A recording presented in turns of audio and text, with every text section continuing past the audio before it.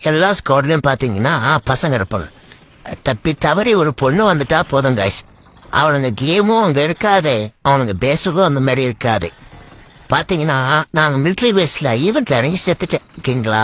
Military பேஸ்ல இறங்கி நாங்க 3 பேர் இருக்கோம். அந்த ஒரு பொண்ணு மட்டும் பொச்சின்கி போயிடுச்சு ஓகேங்களா. நான் வந்து இங்க மிலிட்டரி பஸ் நாக் ஆயிட்டேன். 2 பேர் பக்கத்துல உட்காந்து தூக்கம் வாங்குறான்னு கேட்டதுக்கு ப்ரோ அங்க எனிமி இருக்கான் ப்ரோ, நான் வந்தா செத்துடும், நான் போய் ரீகால் போறான்னு பாருங்க. அந்த பொண்ணு பொச்சினிக்கையில நாக் அவுட் ஆயிடுச்சு ப்ரோ, ப்ளீஸ் ஹெல்ப் மீ தான் போட்டுச்சு. கில்லி படத்துல வர மாதிரி கார் எடுத்துன்னு போனான் ப்ரோ. போயிட்டு அது தூக்கிட்டு அது கூட இல்ல ப்ரோ, உங்களுக்கு இது வேணுமா அக்கா, அக்கா அது வேணுமா நான் கேட்கிறான் ப்ரோ. ஐயோ எனக்கு இப்பயாப்பட்ட டீம்ல போயிட்டு நான் விளையாடிட்டு இருக்கணும் ஒரு கடுப்பா போச்சு ப்ரோ. அந்த நாளை வெறுத்து போச்சு ப்ரோ. உங்க டீம்ல இந்த மாதிரி ஒரு தற்கூரி யாருன்னா இருந்தாங்கன்னா எனக்கு கண்டிப்பா டேக் பண்ணி விடுங்க ப்ரோ, மறக்காம டேக் பண்ணி விடுங்க.